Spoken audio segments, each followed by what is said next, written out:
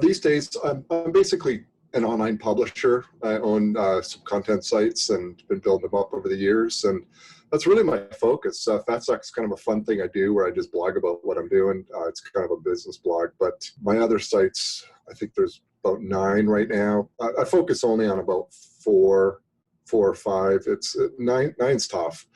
And just mostly informational, little bit of product promotion on them, but focus on informational content, and just been growing them over the years. And I just really enjoy publishing content for website visitors.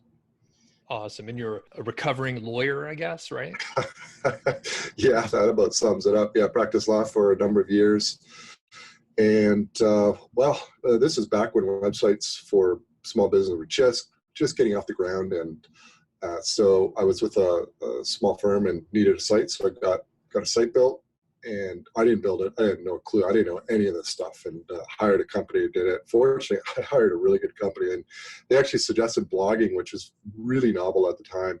And so they sort of set up the basic brochure site, and they said, okay, well, we've got this, we had this built-in CMS, which was at the time very progressive for like business site developers, and which was essentially what WordPress was. It wasn't WordPress though. And they said, well, just blog on this, write articles about law and what your potential clients might like, and just provide a lot of information. They even said this was cool. They said, you guys should write a book, little books that you hand out. So I did that too, in our practice areas that we prefer to focus on. And so we did this book. We did a free giveaway for visitors to the site. If they signed up for it, we'd mail it out to them, and built up the blog, and it really worked. Of course, it was quite a bit easier back then because there was very little competition. And anyways, that's where I got the blogging bug, and I was just having loads of fun with it, and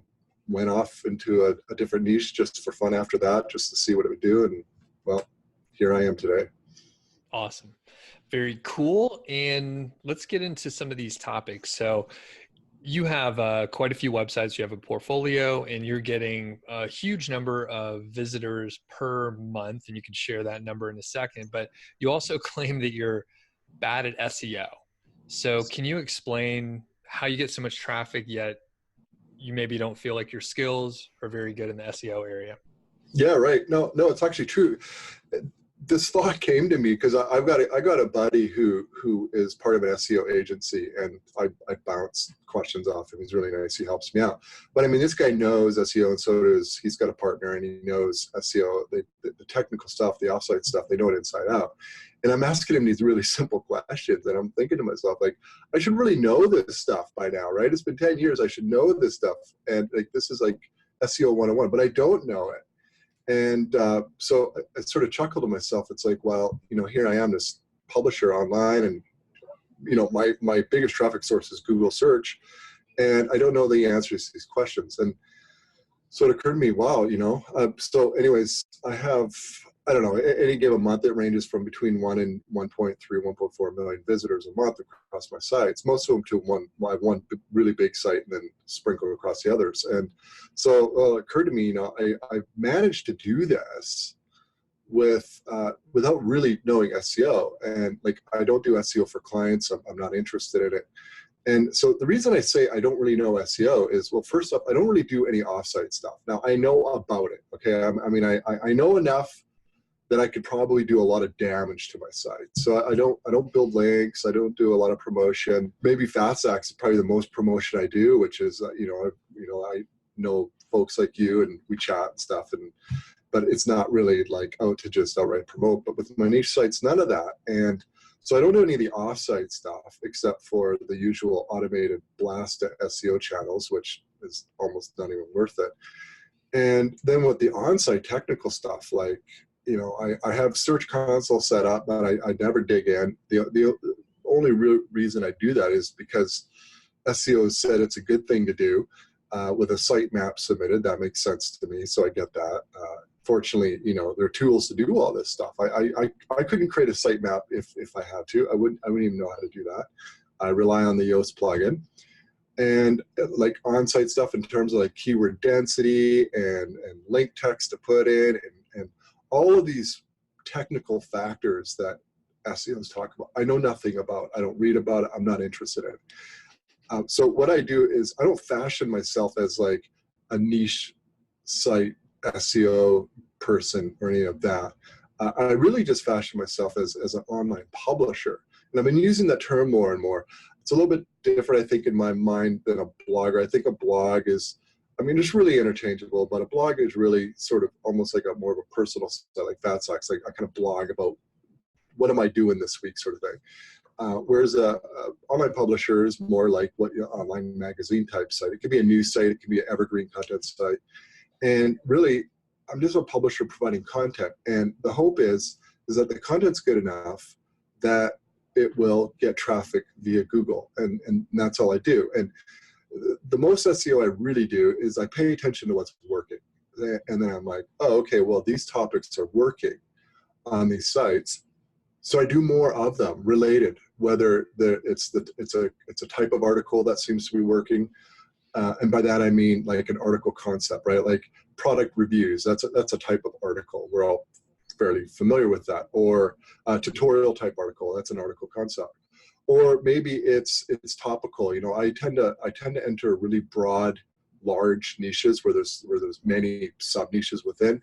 And so let's say a particular topic is performing really well. I'll look at that and go, okay, well, I could really flesh that out a lot more. I could add another 20 articles and create this really in-depth section on that. So that's about the extent of what I do. And I could do a little bit of damage with Ahrefs and keyword research tools. And I suppose I've become pretty adept at keyword research and really digging in and looking for the really low competition stuff.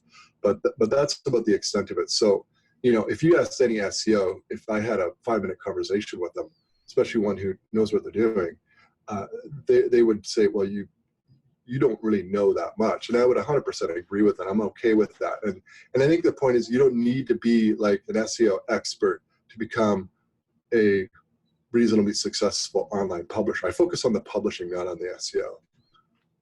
Got it. And I recently met up with a friend online. I had not met him in person, but I got to sit down and have a beer with him a couple months ago. And he was asking me a lot of SEO questions, especially like sort of cutting edge things. And I was like, I don't know. Again, it was like 5 or 6 questions where I was like, you know what? I'm not really sure. I don't read blogs. I really don't consume that much information.